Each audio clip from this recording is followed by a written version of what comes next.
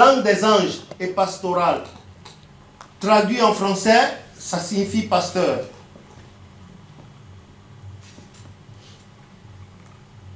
J'écris mal. Ensuite, on lui a donné le rituel étape par étape au fur et à mesure que l'Église avait commencé de grandir. Avant ça, comment se faisait l'union dans l'Église? C'est en 1975, le 30 août 1975. Août là, c'est 8, non? 1975. C'est le 30 août 1975 qu'on a célébré le premier mariage selon le rituel de l'Église du christianisme céleste.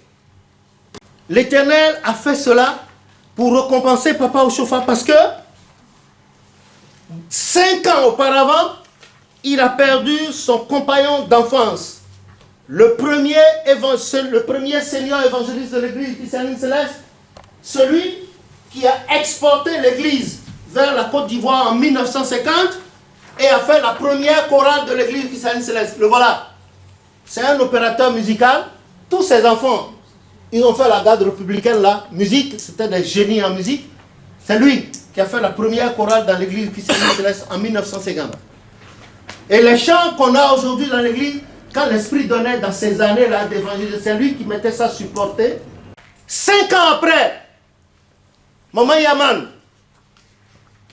sa première femme, qui est la doyenne de toutes les mères, première compagne de Papa Oshofa, et conseillère, vous voyez comment elle s'habille?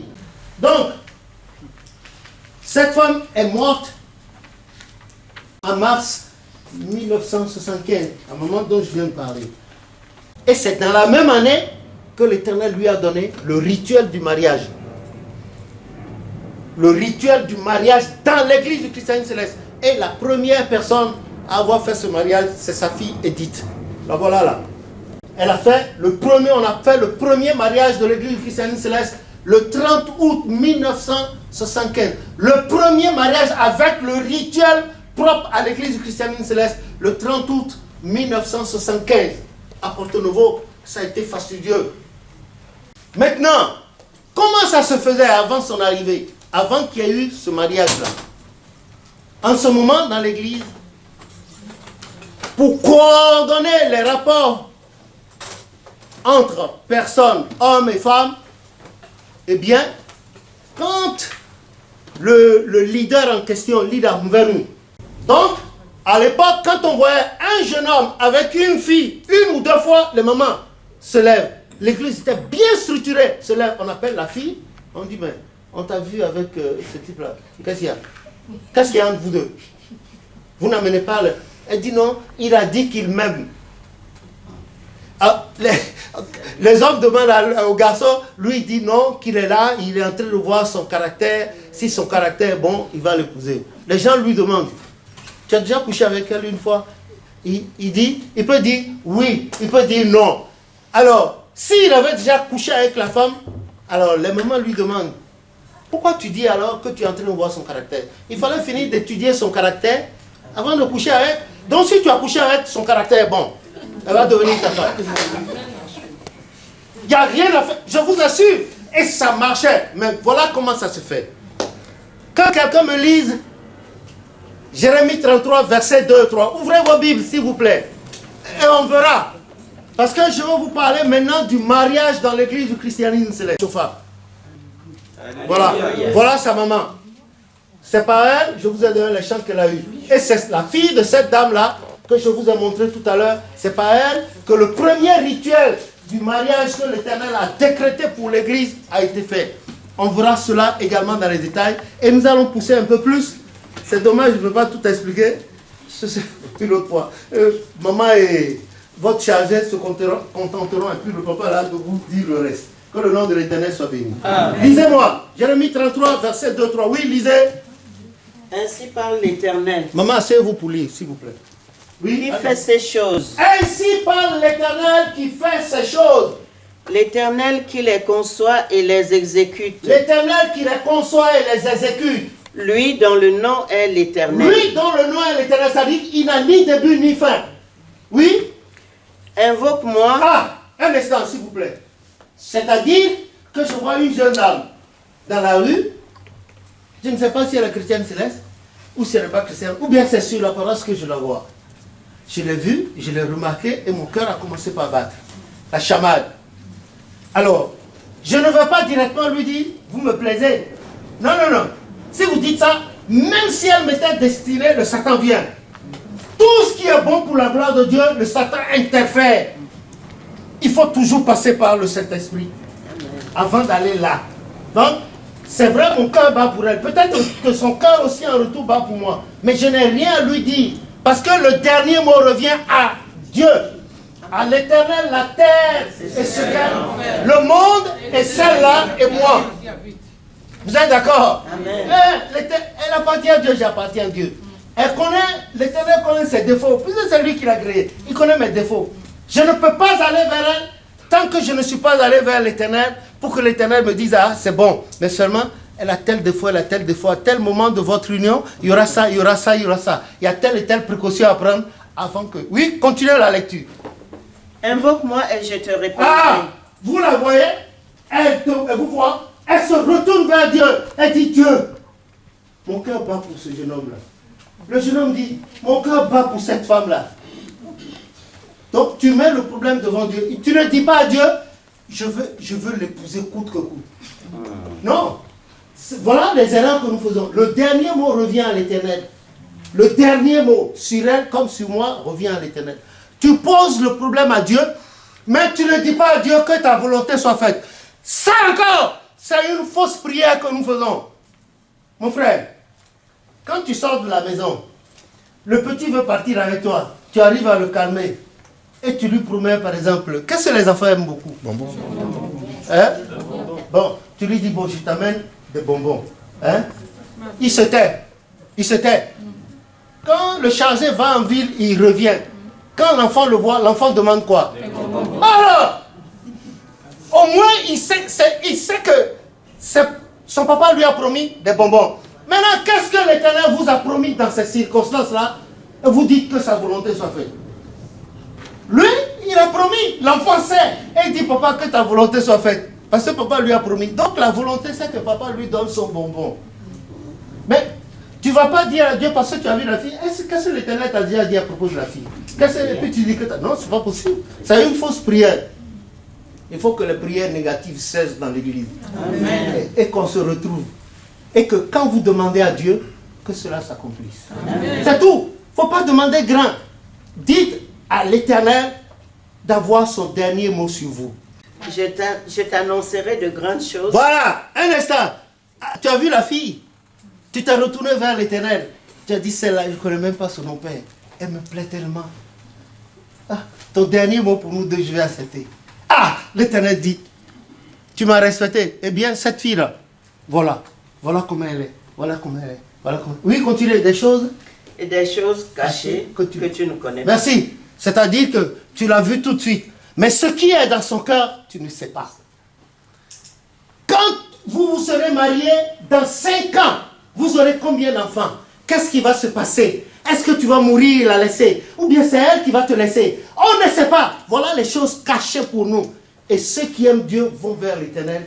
Ils posent le problème sans dire à Dieu, je veux comme ça, je veux comme ça. Vous posez le problème. Écoutez, nous sommes tous des visionnaires. Qui ne rêve pas ici? Que la personne lève la main. Qui ne rêve pas? Donc tout le monde rêve. Le rêve, c'est une forme de vision. Quand on va dans Joël 2, verset 28, il a dit, dans les derniers temps, dit Dieu. La suite, oui? Vos fils et vos filles, vos jeunes gens auront, et vos vieillards auront des... Ah!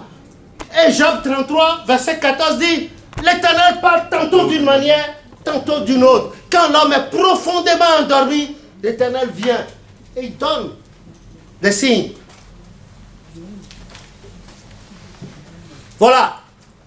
Donc, ne vous précipitez point, ni sur votre mari, ni sur votre femme, ni sur vos enfants.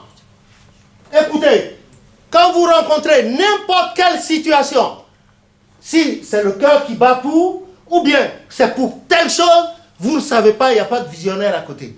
Eh bien, vous prenez une bougie toute la journée. Une bougie. Avec le psaume 23. Le Saint-Nom, c'est Jéhovah, 3 fois. 3 fois. Vous jeûnez. Pour ceux qui peuvent jeûner. Ceux qui ne peuvent pas jeûner parce que c'est le diabète, ou bien l'hypertension, ou bien c'est... Comment ça s'appelle? Exactement, l'ulcère d'estomac. Il y a une autre manière de jeûner. Si vous lisez Ésaïe 58, il y a une manière de... C'est pas forcément s'abstenir de la nourriture qui veut dire jeûner. C'est-à-dire que vous fermez la porte de Satan.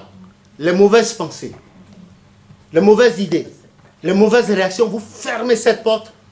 Et pendant une journée, vous restez en prière avec une bougie, le psaume 23. Toute la journée jusqu'au soir, vous vous exposez avec. Si vous êtes sincère avec votre Dieu, l'Éternel il vous répondra. Il n'y a rien à faire. Comment? Sinon, papa chauffeur serait un menteur. Amen.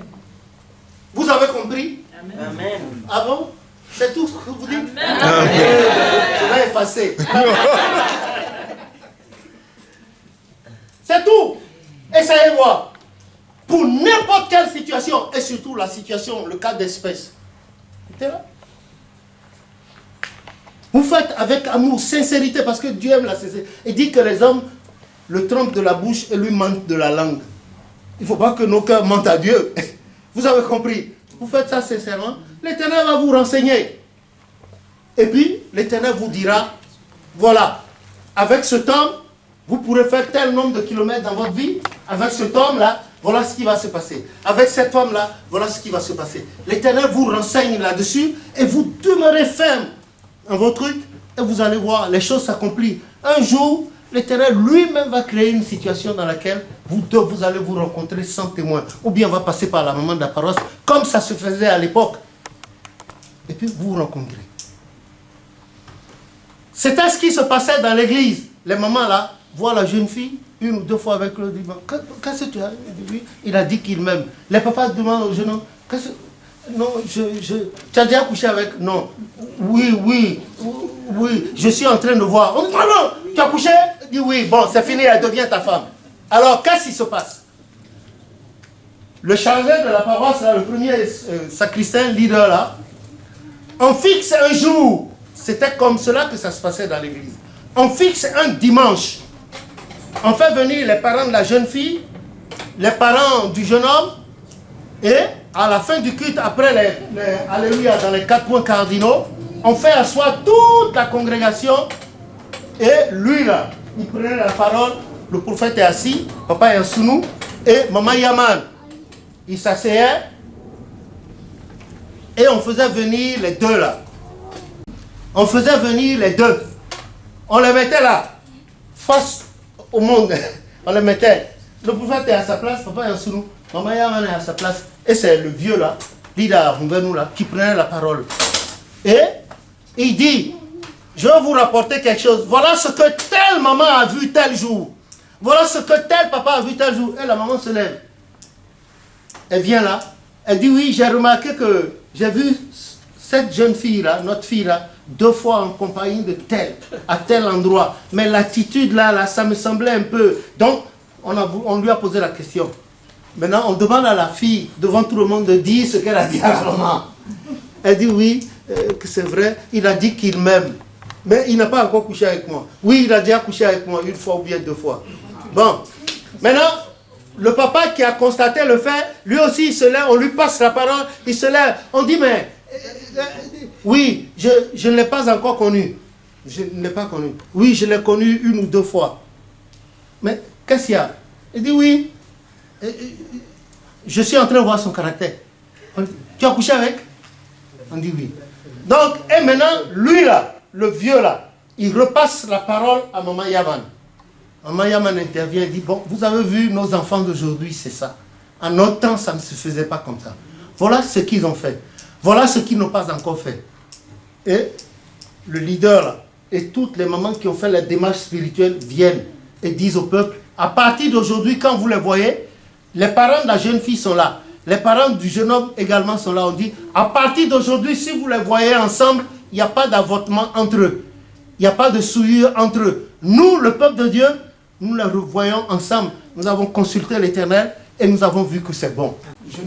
Jeune fille, aux parents du jeune homme dit, à partir d'aujourd'hui, nous autres, la autorité spirituelle, reconnaissons ces deux-là comme couple. Et désormais, les parents du jeune homme vont faire les démarches familiales, c'est-à-dire la dot, vers les parents de la fille. Et toute l'assemblée se lève, on met les deux maintenant, là, au milieu, ensemble, et on prie pour eux. Pour prier pour eux, il y avait un verre d'eau, on peut mettre un carreau de sucre, ou bien du miel là-dedans. Et la femme garde, c'est la femme qui garde ça. On prie pour eux, et l'homme prend, il boit. La femme prend, elle boit, elle donne à l'homme, l'homme lui donne à boire, l'homme lui donne à boire, elle reprend, elle donne à boire à l'homme, les deux, jusqu'à le fond du verre, c'est elle qui boit. Qui peut me dire pourquoi c'est la femme qui boit? Faites vite, on va gagner du temps. Pourquoi ça doit être la femme qui boit le reste de l'eau? Parce qu'elle doit être douce. Le centre du foyer. Oui? Elle doit être douce. Ah, lui, c'est ce qu'il a fait. Mais vous ne serez pas doux.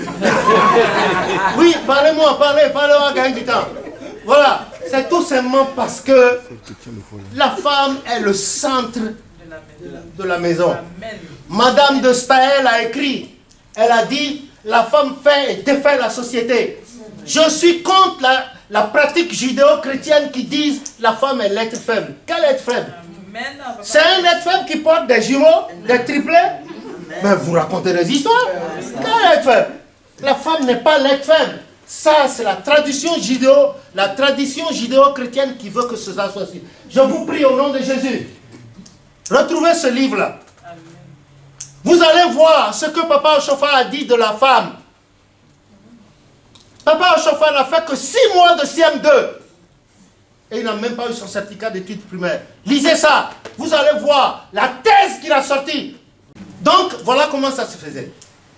Maintenant, dans ce cas-là, quand l'Église unissait les deux, s'ils n'avaient pas fait l'amour, à partir de ce jour-là, ils pouvaient commencer à faire l'amour. Mais la première fois qu'ils doivent faire l'amour, qu'ils vont faire l'amour après cette prière, le lendemain, les deux se présentent à la paroisse. C'est-à-dire que si c'est aujourd'hui qu'on leur a fait la prière et qu'il était possible pour les deux de passer la nuit ensemble, le lendemain de ce jour-là, si par exemple ils font l'amour, ils choisissent de faire l'amour la première fois aujourd'hui, le lendemain, soit les deux viennent à la paroisse.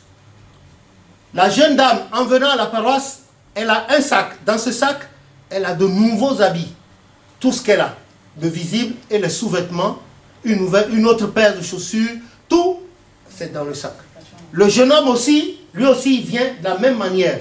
Et quand ils arrivent, le chargé de paroisse les met ensemble, là, avec le cantique neuf, comme Jésus t'appelle, viens à lui, viens.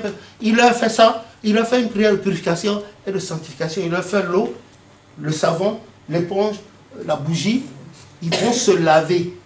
L'autre de son côté, l'autre de son côté. Et quand ils sortent de la douche, ce qu'ils ont porté pour venir sur la paroisse, et elle et l'autre, ils ne touchent plus, ils mettent dans le sac. Et ce qu'ils ont amené dans le sac, c'est ce qu'ils portent. Elle dit qu'une nouvelle vie commence pour eux. Amen. Nous avons eu des couples comme ça dans l'église jusqu'à présent, qui sont devenus des grands-mères, des arrières, etc. Que le nom de l'Éternel soit béni. Amen. Voilà, c'était ce qui se faisait. Voilà les précautions spirituelles que nos mamans prenaient. Parce qu'en ce moment, dans l'église, il n'y avait pas encore un rituel pour le mariage. Parce que l'église n'est pas arrivée d'emblée avec tout le rituel. C'est arrivé pas à pas. Quand l'église évolue, l'Éternel dit, Papa Ochofa, gloire à son Dieu, a eu le complément des rituels quand il est les 9 dernières années de son émigration spirituelle au Nigeria. C'est-à-dire le 7 janvier 1976 au mardi 10 septembre 85. Maintenant, en 1975, l'Éternel a donné le rituel de mariage de l'église du Saint-Céleste. Le mariage pour la constitution, c'est dedans. C'est dans le... Et ici, vous avez dans l'ordre de culte, le culte du mariage de l'église christiane céleste. Ce mariage est strictement monogamique, sans divorce. Amen. c'est strictement monogamique et sans divorce. Amen. Sans adultère. Amen.